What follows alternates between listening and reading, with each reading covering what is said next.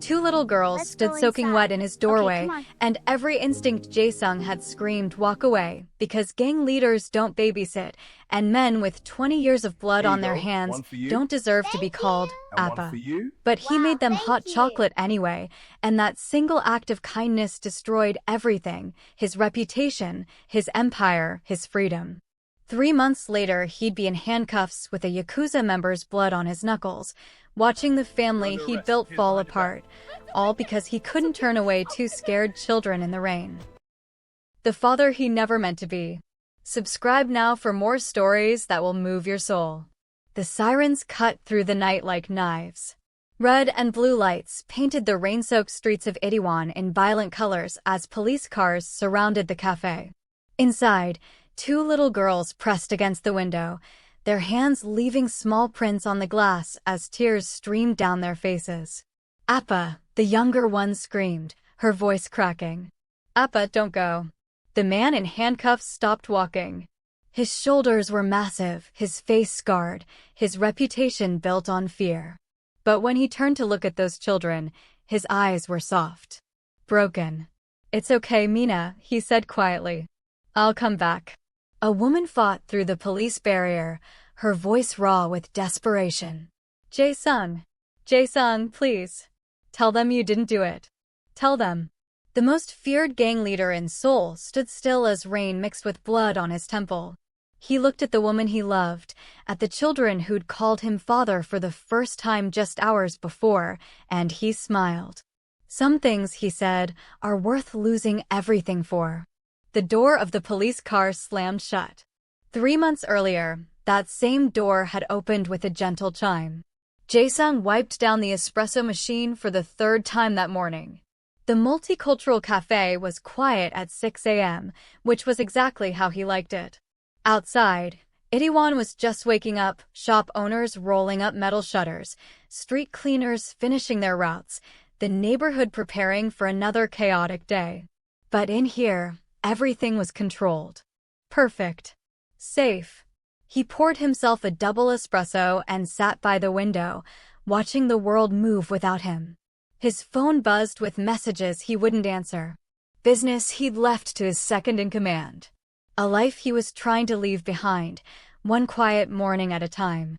The rain started around noon, turning from drizzle to downpour in minutes. Jae-sung was restocking cups when he heard it, a small voice, barely audible over the rain. Excuse me. He turned. Two girls stood in his doorway, completely soaked. The older one, maybe 8 years old, held her sister's hand so tightly her knuckles were white. The younger one, perhaps 5, clutched a stuffed rabbit that dripped water onto his floor. We're not supposed to talk to strangers, the older girl said quickly, her voice trembling. But we've been walking for a long time, and Iyama said to wait at the bus stop, but it's been 2 hours and we're really cold and… Come in, Jae-sung said.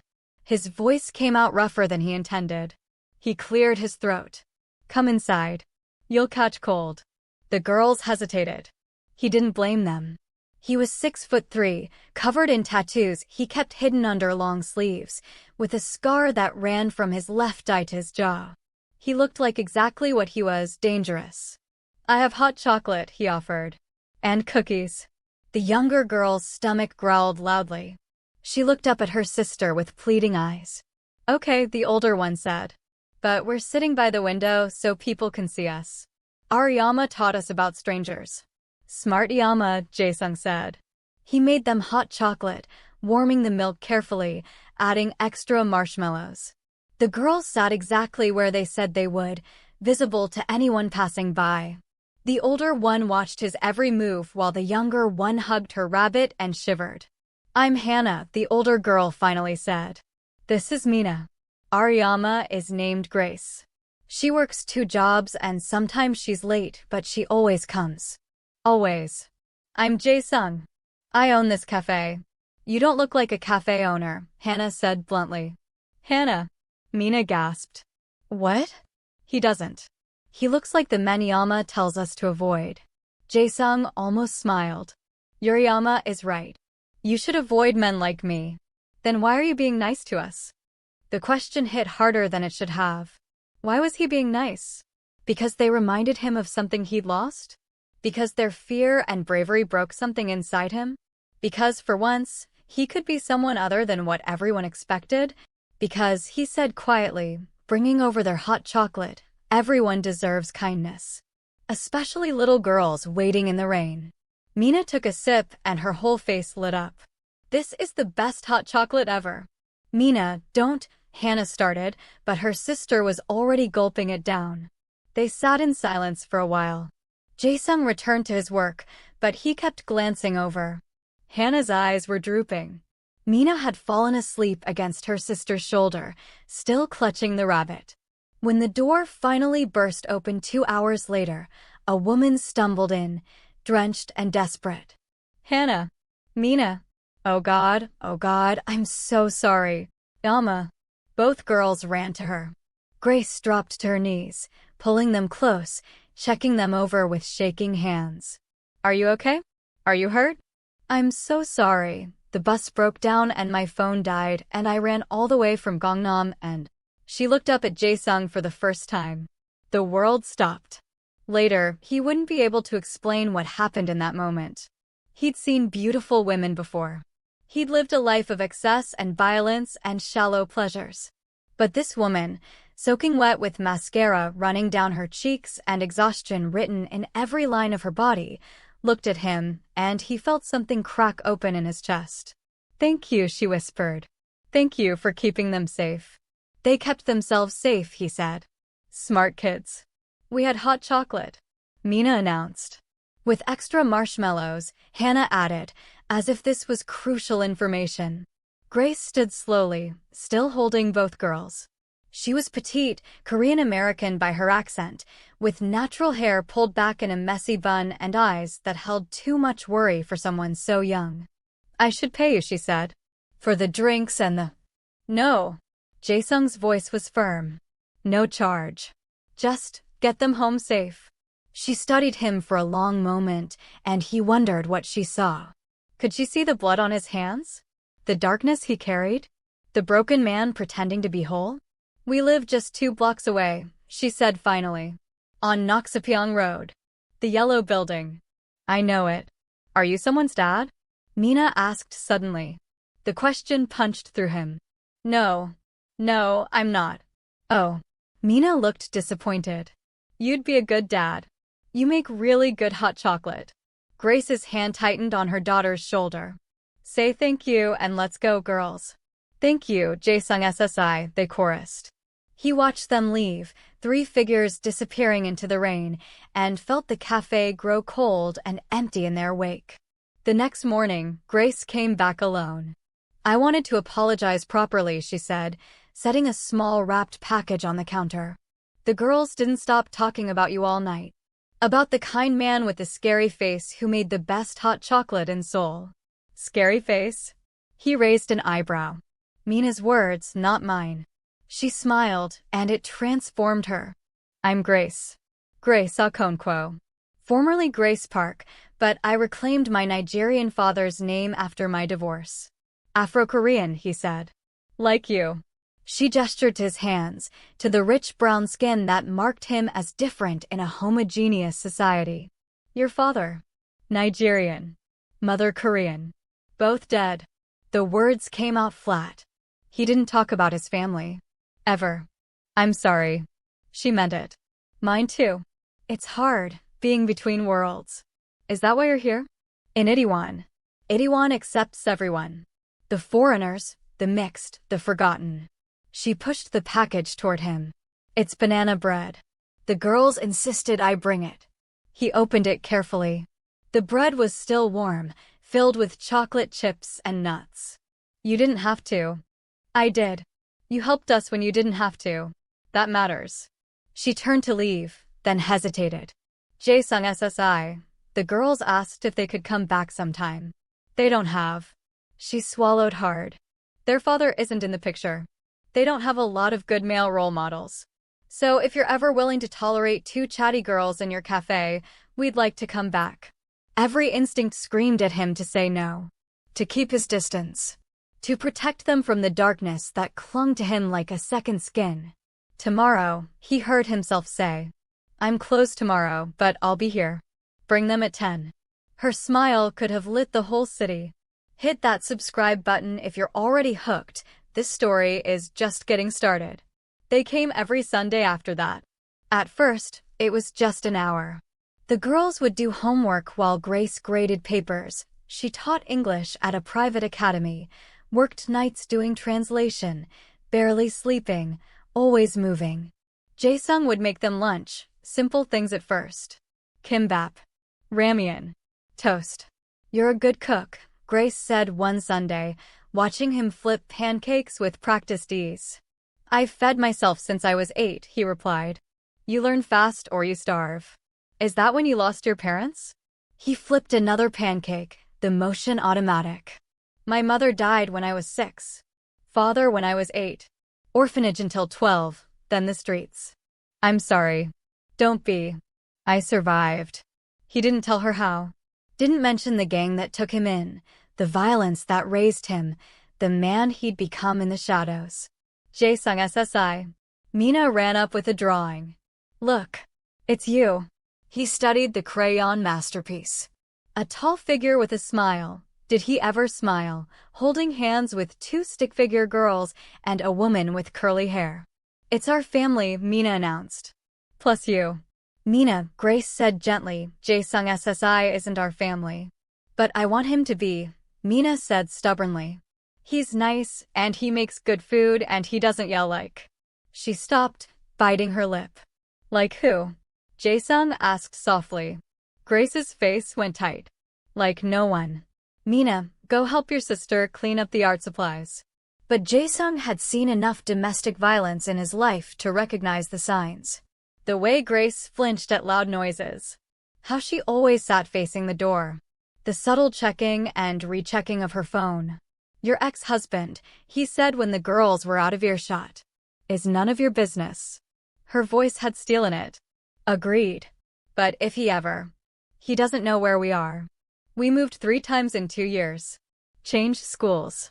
Changed everything. We're safe. She softened slightly. But thank you for caring. The weeks bled into months. Jae-sung learned their routines, their favorite foods, the way Hannah got quiet when she was sad and Mina talked more when she was scared. He learned that Grace sang while cooking, that she was terrible at video games, but pretended to enjoy them for her daughters, that she cried during sad movies, but always in the bathroom where the girls couldn't see. He learned that he was falling in love with all 3 of them. It happened in small moments. Teaching Mina to tie her shoes. Helping Hannah with math homework. Walking them home through the rain under an umbrella that barely fit all 4 of them. Grace pressed against his side, smelling of jasmine and rain. You're good with them, she said one night after the girls had fallen asleep on his cafe couch. Natural. I'm really not. You are. She looked up at him, and the space between them felt charged. Jae-sung, what do you do? I mean, I know you own the cafe, but... His phone buzzed. A message from his second. Boss, we have a problem. The Yakuza are pushing into Hongdae. Need you tonight. I have to go, he said abruptly. It's almost midnight. I know. I'm sorry. He grabbed his jacket, already calculating routes, weapons, possibilities. Lock the door behind you. Take the girls home safe. Jae-sung, wait. But he was already gone, stepping from her world of light into his world of shadows. The meeting was at a warehouse in Yongsan. 7 gang leaders, including Jae-sung, all pretending at civility while their men stood ready for war. The Yakuza representative was young, cocky, stupid. Itaewon belongs to us now, he announced. You dinosaurs had your time. Jae-sung leaned back in his chair, letting the silence stretch. When he finally spoke, his voice was quiet. Deadly. Itaewon belongs to the people who live there. The immigrants, the foreigners, the outcasts. My people. And I've protected them for 15 years. That doesn't change because some punk with a dragon tattoo thinks he's tough. The young man's hand moved toward his jacket. Jae-sung moved faster, slamming the man's head into the table before he could draw his gun. Blood splattered across the wood. Anyone else want to negotiate? Jae-sung asked calmly. No one moved. Good. This meeting is over. He left them there, his knuckles bleeding, his soul heavier than before. This was who he was. Not the gentle cafe owner. Not the man who made hot chocolate and helped with homework. This. He stopped at a convenience store, bought bandages and soju, and stood in the rain trying to wash himself clean of what he'd just done. His phone buzzed. A text from Grace. You forgot your scarf. The girls want to return it tomorrow. He stared at the message for a long time. Then he went home, put on his real clothes, designer brands bought with blood money, and stared at his reflection. Expensive apartment. Luxury car. Bank accounts in 3 countries. And somehow, standing in the rain with 2 little girls had been the happiest he'd felt in 20 years. The next Sunday, Hannah brought his scarf. You left it, she said, handing it over. Yama washed it for you. Thank you. Jae-sung SSI. Hannah's voice was careful. Why do you have bruises on your knuckles? Grace's head snapped up from where she was unpacking groceries. I box, he said. It wasn't entirely a lie. For exercise. Oh. Hannah didn't look convinced. Can you teach me? There's a girl at school who pushes me, and I want to know how to push back. Hannah, Grace said sharply. What? You always say we should be strong. Yes, but Grace looked at Jae-sung helplessly. I'll teach you, he said. But not to fight. To defend. To know when to walk away. To be strong without using your fists. He knelt down to her level. Being tough isn't about hurting people, Hannah. It's about protecting the ones you love. There's a difference. Hannah studied him seriously. Did you protect people with those bruises? The question cut straight through every lie he'd prepared. Yes, he said quietly. I did. Then I want to be strong like you. If only she knew what strong like you really meant. They fell into a new routine. Sunday mornings were for cooking. Sunday afternoons were for teaching basic self-defense, blocks, awareness, confidence. Sunday evenings, Grace would stay after the girls fell asleep, and they'd talk over tea about everything and nothing. Why don't you have someone? She asked one night. I do, he said. I have you 3 every Sunday. That's not what I mean. I know what you mean. He traced the rim of his cup. I had someone once. Long time ago. She couldn't handle what I was. Who I was. So she left. And you never tried again? Would you want me? The question slipped out before he could stop it. If you knew everything about me, all the dark parts, the choices I've made, would you still be here? Grace was quiet for a long moment. I think, she said carefully, that people are more than their worst moments. More than their mistakes. I think the man who makes hot chocolate with extra marshmallows and teaches little girls to be brave is real. Maybe more real than whatever darkness you're hiding. You're wrong. Am I? She reached across the table, her hand covering his. I've seen darkness, Jae-sung. I married it. I know what real cruelty looks like. And you're not it. He wanted to believe her. God, how he wanted to believe her. But that night, after she left, his phone rang. His old lieutenant panicked. Boss, we have a problem. The cops have been asking questions. About the warehouse. About Itaewon. About you. Jae-sung closed his eyes. How much do they know? Enough. Maybe.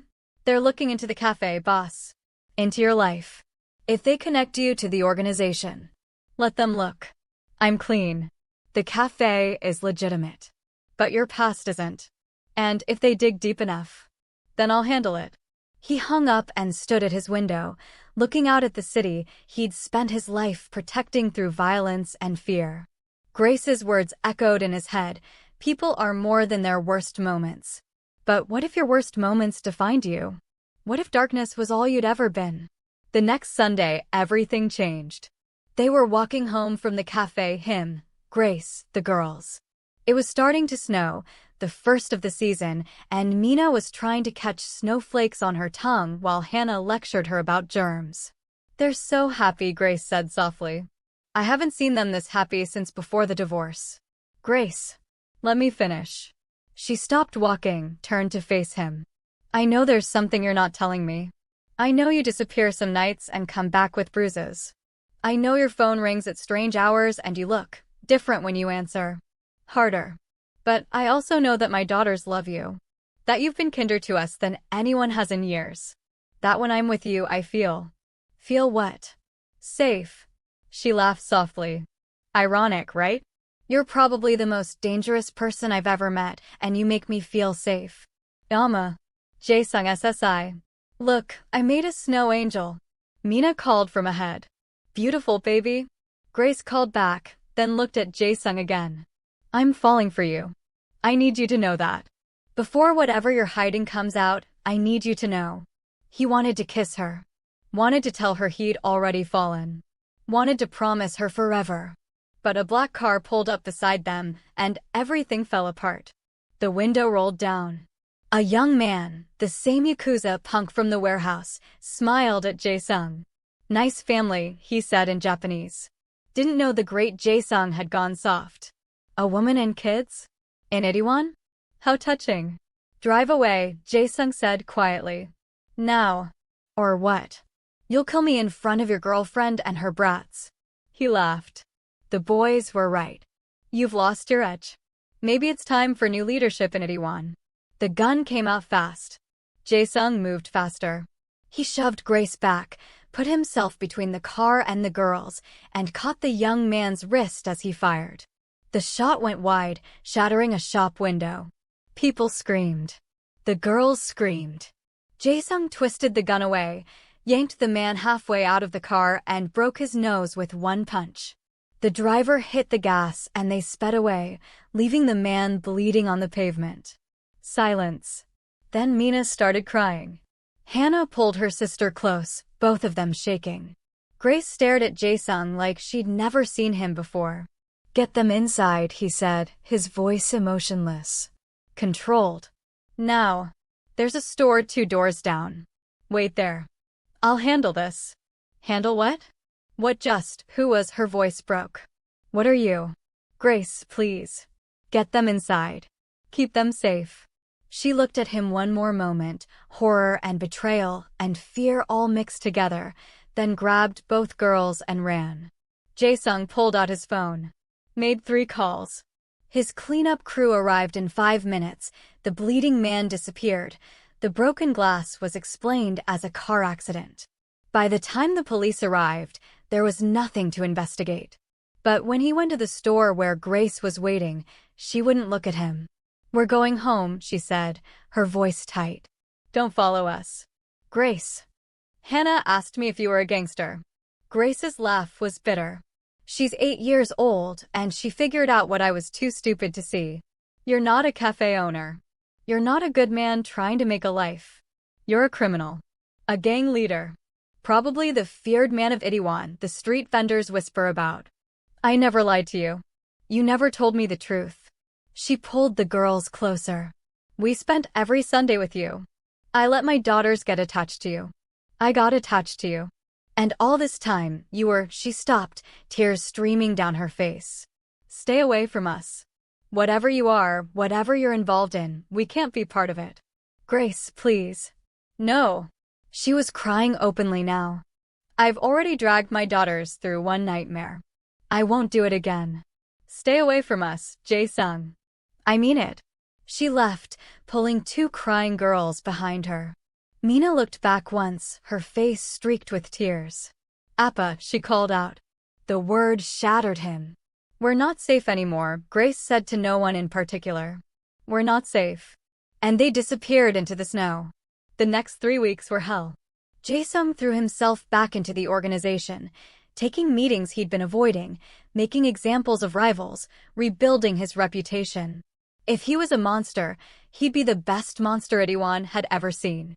But at night, alone in his apartment, he'd look at Mina's drawing, the family she'd wanted, and feel something break inside him all over again. His lieutenant found him drinking alone in the café one night. Boss, we have a problem. Don't we always? The Yakuza are planning something big. Revenge for what you did to their boy. And boss, they've been asking about the woman. The one with the kids. Jae-sung's head snapped up. What? They know where she lives. They know her schedule. They're planning, boss. I think they're going to use her to get to you. He was out the door before his lieutenant finished talking. Grace's apartment building looked normal, quiet, safe. But Jae-sung had lived this life long enough to sense danger like an animal senses storms. He called her. Once, twice, 3 times. Voicemail. Then he heard the scream. He took the stairs 3 at a time, his heart hammering. Grace's apartment door was ajar, the lock broken. Inside, he found Grace pressed against the wall, a knife to her throat, held by the same Yakuza punk whose nose he'd broken. The girls were huddled in the corner, crying. Finally, the young man said, "I was starting to think you didn't care about them." "Let them go," Jae-sung said calmly. "This is between us." "No. This is about respect. You humiliated me. Broke my nose. Made me look weak. So now I'm going to take everything you love and destroy it." "Please," Grace whispered. "Please," the girls. "Shut up." The knife pressed harder. Jae-sung's mind raced through scenarios. The distance between them. The knife's position. The girl's location. How many men were back up waiting outside? He'd been in worse situations. He could end this in seconds. But not without risk to Grace. "What do you want?" he asked. "I want you to watch." The young man smiled. "I want you to know it's your fault. That loving you got them killed." "Wait." Jae-sung raised his hands. "I'll give you whatever you want. Money. Territory. My organization. Just let them go." "I don't want your organization, old man. I want your pain." The knife started to move. Jae-sung moved faster. 3 seconds. That's all it took. He crossed the room, grabbed the man's wrist, twisted the knife away, and slammed him into the wall.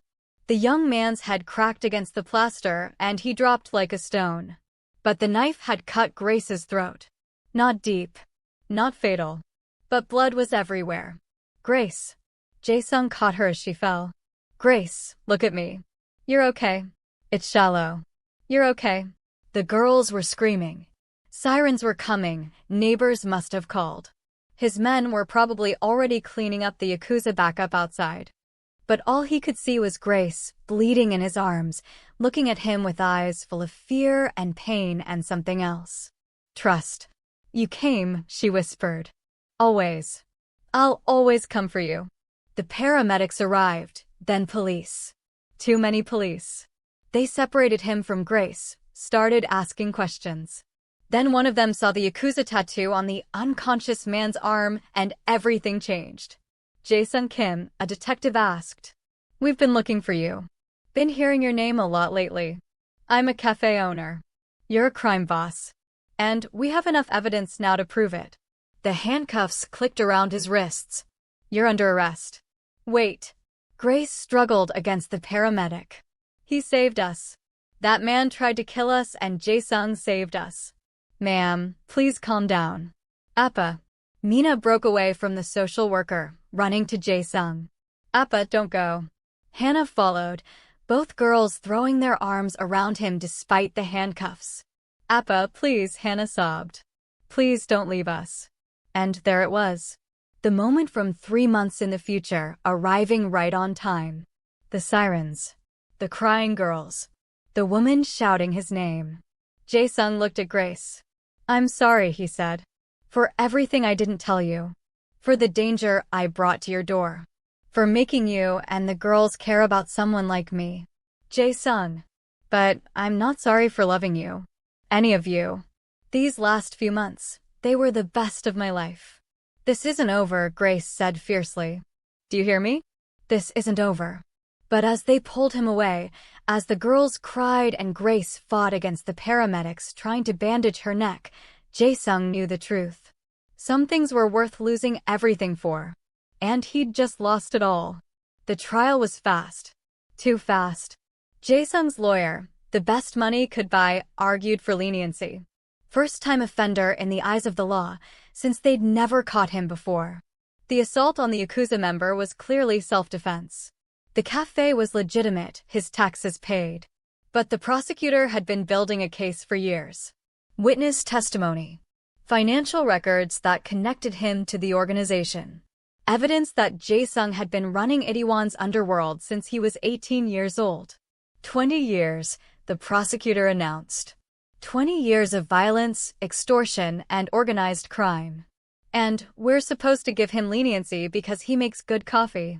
Grace was in the courtroom every day. Despite the bandage on her neck. Despite the restraining order his lawyer had tried to get her to file. Despite everything. The girls couldn't come too young, but Grace brought their drawings. Every single one Mina had made of their family. On the last day, Grace took the stand. Ms. Okonkwo, the prosecutor said, "You're aware that the defendant is a dangerous criminal? I'm aware that he saved my life. After putting it in danger. His association with you made you a target. My ex-husband made me a target long before I met Jae-sung." Grace's voice was steady. "I've known real danger. Real cruelty. And Jae-sung isn't that. He broke a man's nose. He protected my daughters from a gun. He runs a criminal organization. He also taught my girls to be brave. To stand up for themselves. To know their worth." Grace looked directly at Jae-sung. "He taught me that good men exist. That love doesn't have to hurt. That family is who you choose, not just who you're born to." The prosecutor looked frustrated. "You have feelings for him." "I love him," Grace said simply. "And my daughters love him." Does that erase his past? No. But it shows who he is now. Who he's trying to become. The judge called for a recess. In the holding room, Jae-sung's lawyer was grim. "It's not good. Even with Grace's testimony, the evidence is overwhelming. You're looking at 15 to 20 years. I know. I can try to make a deal. If you give testimony against the other leaders, roll on the organization." "No." Jae-sung's voice was final. "I don't betray my people. Then you're going to prison for a very long time." "I know," Jae-sung said again. But when he closed his eyes, he saw Mina's smile. Hannah's fierce hugs. Grace's hand in his. Some things are worth it. The verdict came down the next day, guilty on multiple counts. But, in a surprising turn, the judge offered an alternative. "Mr. Kim," she said, "you've shown remorse. The testimony from Ms. Okonkwo and others in the community suggests you've been trying to change. So I'm offering you a choice. 15 years in prison, or 5 years of monitored probation with the following conditions. You dismantle your organization completely, surrender all illegal assets, and dedicate yourself to community service. You'll run youth programs in Itaewon, helping at-risk kids avoid the path you took. You'll have no contact with your former associates. And you'll attend therapy to address the trauma that led you to this life." She looked at him over her glasses. "But understand this, one violation, one step out of line, and you serve the full 15 years. So what's it going to be, Mr. Kim? Prison or redemption?" Jae-sung didn't hesitate. Redemption. The courtroom erupted. Grace burst into tears. But the judge wasn't done. "One more thing. I'm requiring that Ms. Okonkwo and her daughters attend family therapy with you. Not because I think you're entitled to their forgiveness, but because they clearly need closure. Whether that closure means moving forward together or apart is up to them." Jae-sung looked at Grace. She was crying, nodding, mouthing words he couldn't hear but understood anyway. "We'll try. We'll try." 6 months later, Jae-sung stood in front of his new youth center in Itaewon. It had been Grace's café. She'd bought it from him using money she'd saved for years, then turned it into something bigger. Half café, half community center. A place for immigrant kids, mixed-race kids, forgotten kids to find home. "You ready?" Grace asked, slipping her hand into his. He looked down at their joined hands. 6 months of therapy.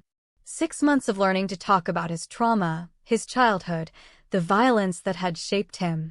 6 months of proving he could be someone different. "I'm terrified," he admitted. "Good. That means you care." She squeezed his hand. "They're just kids, Jae-sung. Like you once were." The doors opened and 15 teenagers filed in, all court-ordered to attend his program. They looked at him with suspicious eyes, this tall, scarred man who was supposed to teach them about making better choices. "I'm Jae-sung Kim," he said simply. "And I'm a criminal. Spent 20 years running a gang. Hurt people. Made terrible choices. Got caught. Could have gone to prison for 15 years. The kids shifted, interested now. I'm not here to lecture you about staying in school or saying no to drugs. You've heard all that. What I'm here to tell you is this. I know what it's like to be angry. To feel forgotten. To think violence is the only language the world understands. And I know what it costs. What you lose. Who you lose. He pulled out his phone, showed them Mina's drawing. This is what I almost gave up. This family. These people who loved me despite what I was. And for what? Pride? Fear? Because I thought I was too broken to be anything else. What changed? A girl in the back asked. How'd you stop being broken? I didn't, Jae-sung said honestly. I'm still broken. But I learned that broken things can still be useful. Still be loved. Still be worth fixing. He looked at each of them. You're all here because someone decided you're broken. Because you made mistakes. But I'm here to tell you that mistakes don't define you. Your next choice does. So, what are you going to choose? Silence. Then a boy raised his hand. Will you teach us to fight? Like, for real? Grace, watching from the doorway, tensed. Jae-sung smiled. I'll teach you to protect yourselves. To be strong. To know when to fight and when to walk away. And yeah, I'll teach you to throw a punch. But more importantly, I'll teach you how to build something instead of destroying it. Deal? Deal. That night, after the kids left and the center was locked up, Jae-sung found Grace and the girls waiting in the cafe section. How'd it go? Grace asked. Better than I deserve. He sat down heavily. One of them told me I look like a movie villain. Hannah giggled. You kind of do. Hannah, Grace warned, but she was smiling. Mina climbed into Jae-sung's lap without asking. She'd gotten comfortable with him again over the past months, though Hannah still sometimes watched him warily, waiting to see if he'd disappear again. Appa? Mina said. His heart still stopped every time she called him that. Yeah, baby. Are you gonna stay this time? For real. Grace went still. Hannah looked up from her homework. The question hung in the air, heavy with all the broken promises of the past. For real, Jae-sung said. I'm not going anywhere. Promise? He looked at Grace, asking permission with his eyes. She nodded slightly. I promise, he said. I promise I'll be here every single day. I promise I'll make you hot chocolate with extra marshmallows. I promise I'll help with homework and scare away bullies and embarrass you when you're teenagers. What about Yama? Hannah asked quietly. Do you promise to stay with her too? This was the harder question. The one they'd been avoiding in therapy. Grace had forgiven him for the danger, for the lies, but trust was harder to rebuild than love. That's up to your Yama, Jae-sung said carefully. I want to. More than anything. But it has to be her choice. Grace stood, walked over to them. Girls, go wash up for bed. But they both started. Now, please. The girls left reluctantly. Once they were gone, Grace sat down across from Jae-sung. I'm scared, she said. Terrified, actually. Of getting hurt. Of the girls getting hurt. Of building a life with you and having it fall apart. No. But I'm more scared of not trying. Of playing it safe and missing out on something real. She reached across the table, took his hand. So yes. Yes, I want to try. Yes, I want us to be a family. Yes, her voice broke. Yes, I love you.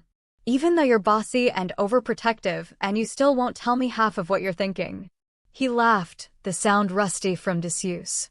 I love you too. You and the girls. You're everything I didn't know I needed. That's so cheesy, she said, but she was crying.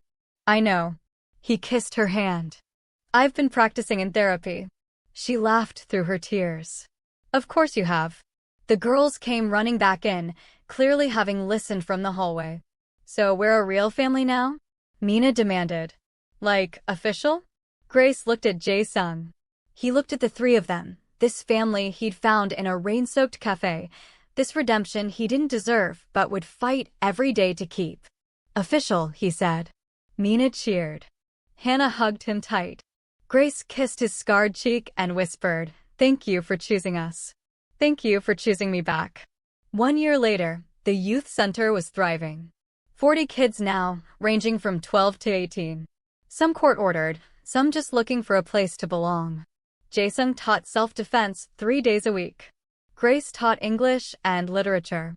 They'd hired 2 more counselors, a chef to teach cooking classes, and an artist for the kids who needed to express themselves without words. The cafe side still operated, now run mostly by Grace and a few of the older kids learning job skills. It had become the heart of the community, a place where everyone was welcome, everyone was safe. On the anniversary of the day they'd met, Jae-sung closed the center early and made dinner for his family. His family. The words still felt foreign, precious. What's the occasion? Hannah asked, now 9 and skeptical of everything. It's been 1 year since I stayed out of prison, Jae-sung said. Seemed worth celebrating. It's been 1 year since we became a real family, Mina corrected. She was 6 now, missing 2 front teeth, still carrying that same stuffed rabbit everywhere. That too. Grace watched him move around the kitchen, her kitchen now, in the apartment they all shared above the center. It was small, cramped, nothing like his old penthouse. But it was full of life. Drawings on the fridge. Toys in the corner. Laughter and arguments and all the beautiful chaos of family. Happy, she asked, coming up behind him. Terrified, he admitted. Every day I wake up afraid this isn't real. That I'll mess it up. That the girls will realize I'm just a broken man pretending to be whole. You're not pretending. She wrapped her arms around him. You're healing. There's a difference. He turned in her arms, kissed her properly. I love you. I love you too. Even with all your dramatic trauma and tendency to overthink everything. I'm in therapy. I'm working on it. I know. She smiled. But if you're fishing for compliments, I'll say it. You're a good dad. A good partner. A good man. I hurt people for 20 years. And you've spent the last year helping people. Healing people. Loving people. She touched his scarred face gently. The past happened. But so is right now. So is this moment. And right now, you're making dinner for your daughters and talking to the woman you love. That's real too. Appa. The pasta's boiling over. Hannah called. Saved by the pasta, Grace laughed. They ate together, the 4 of them crowded around the small table. The girls told stories about school. Grace complained about a difficult student. Jae-sung listened, content to just exist in this moment. After dinner, while the girls did dishes, badly, with more splashing than cleaning, Grace pulled out an envelope. What's this? Jae-sung asked. Open it. Inside were 3 tickets to Nigeria. Grace's father's hometown, where she'd never been but always dreamed of visiting. Grace, I can't leave the country. The probation. I already talked to your probation officer. She approved it. 2 weeks, all of us together. I want the girls to see where part of their heritage comes from. And I want. She swallowed hard. I want to introduce you to my father's family. As my partner. As the girl's father. The words still hit him hard. Father. Dad. Appa. Are you sure? I've never been more sure of anything. Mina ran over, saw the tickets, and screamed. We're going to Africa. Nigeria, specifically, Hannah corrected. It's a country in West Africa with over 200 million people and we're going on an adventure. Mina interrupted. Grace laughed. Yes, baby. We're all going on an adventure. Jae-sung looked at his family, loud, chaotic, imperfect, beautiful, and felt something he'd never expected to feel. Peace. The camera pulled back as they argued good-naturedly about packing, as Mina danced around the apartment, as Hannah Googled everything about Nigeria, as Grace kissed Jae-sung's cheek and whispered, "Thank you for staying." 1 cup of coffee. One rainy afternoon. 2 scared little girls and a man who'd forgotten how to be human. And, somehow, it had changed everything. If this story touched your heart, subscribe for more tales of redemption and second chances. Drop a comment below telling us what part made you cry. We read every single one. And if you believe in the power of found family, smash that like button. Your support helps us bring more stories like this to life. Thank you for being part of our community.